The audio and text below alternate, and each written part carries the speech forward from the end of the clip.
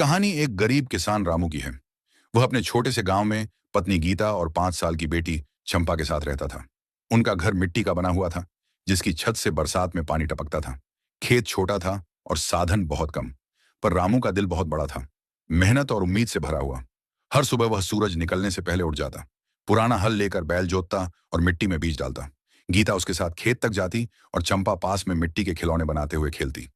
रामू का सपना था कि एक दिन वह अपनी बेटी को स्कूल भेजेगा, ताकि वह उससे बेहतर जिंदगी जी सके। लेकिन किस्मत हमेशा मेहरबान नहीं थी।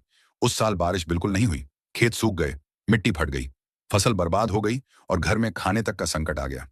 गीता ने आंसू छिपाते हुए आधा पेट खाना खाया, ताकि बेटी चंपा को भूख न लगे। रामू ने गांव के साहूकार से उधार लिया, पर ब्याज बढ़ता ही गया। कभी कभी उसे लगता कि सब खत्म हो गया है, पर बेटी की मुस्कान उसे फिर से जीने की ताकत देती। एक दिन सरकार की ओर से एक अधिकारी गांव आया। उसने बताया कि छोटे किसानों के लिए नई योजना शुरू हुई है, जिसमें बीज और खाद मुफ्त दी जा रही है। रामू ने तुरंत नाम लिखा दिया।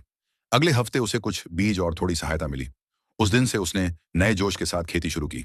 गीता ने घर का हर काम संभाला, ताकि रामू पूरा ध्यान खेत पर दे सके। फिर मौसम ने साथ दिया। धीरे धीरे खेत हरे हो गए।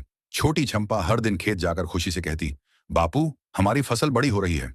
रामू मुस्कुराकर कहता, हाँ बेटी, अब हमारी जिंदगी भी बदलेगी। कुछ महीनों बाद खेत में सुनहरी बालियां लहराने लगी। पूरे गांव में रामू के खेत की चर्चा होने लगी। जब फसल कटी तो घर में सालों बाद खुशियां लौटी। रामू ने सबसे पहले साहूकार का कर्ज चुकाया, फिर चंपा के स्कूल में दाखिला कराया। गीता की आंखों में आंसू थे, खुशी और गर्व के। रामू ने आसमान की ओर